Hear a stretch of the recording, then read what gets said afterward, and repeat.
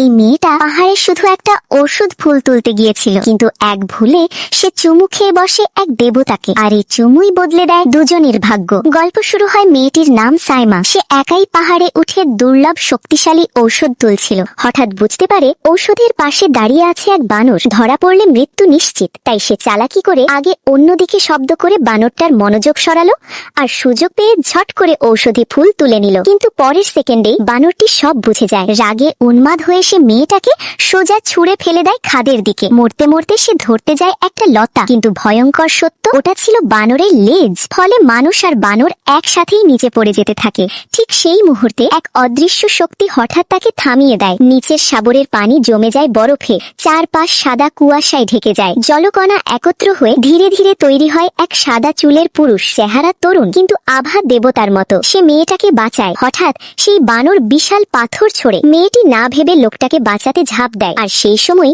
ভুল করে তার ঠোঁটে চুমু খেয়ে ফেলে। দুজনেই পাথরের মতো জমে যায়। মেয়েটির মুখ লাল হয়ে গেছে। সে হঠাৎ বলে, আমি তোমার দায়িত্ব নেব। উত্তরের অপেক্ষা না করে সে দৌড়ে উধাও হয়ে যায়। 2 ঘন্টা পর সে ফিরে আসে, পিঠে এক ভারী বস্তা। সে বলে, এইটাই আমার জীবনের সব সম্পদ, সব তোমার, এটাই আমার জীবন। লোকটা অবাক। ঠিক তখনই সে জানে এই মেয়ের কৃতজ্ঞতা মানে নিজেকে সমর্পণ করা। কিন্তু এখানেই শেষ না, কারণ এই সাদা চুলের মানুষটি সাধারণ কেউ নয়। সে হলো চিংকুকি, নবম আকাশের দেবতা। আর মেয়েটিকে ঘোষণা করা হয় অশুভ শক্তির সহযোগী। তার সাধনা শক্তি কেড়ে নেওয়া হবে ঠিক তখনই আকাশ ফেটে নেমে আসে এক ভয়ঙ্কর দেবতার উপস্থিতি। এখন প্রশ্ন হলো, সে কি নিজের পরিচয় প্রকাশ করে মেয়েটাকে বাঁচাবে, নাকি দেবতা আর মানুষের প্রেম এখানেই শেষ হয়ে যাবে?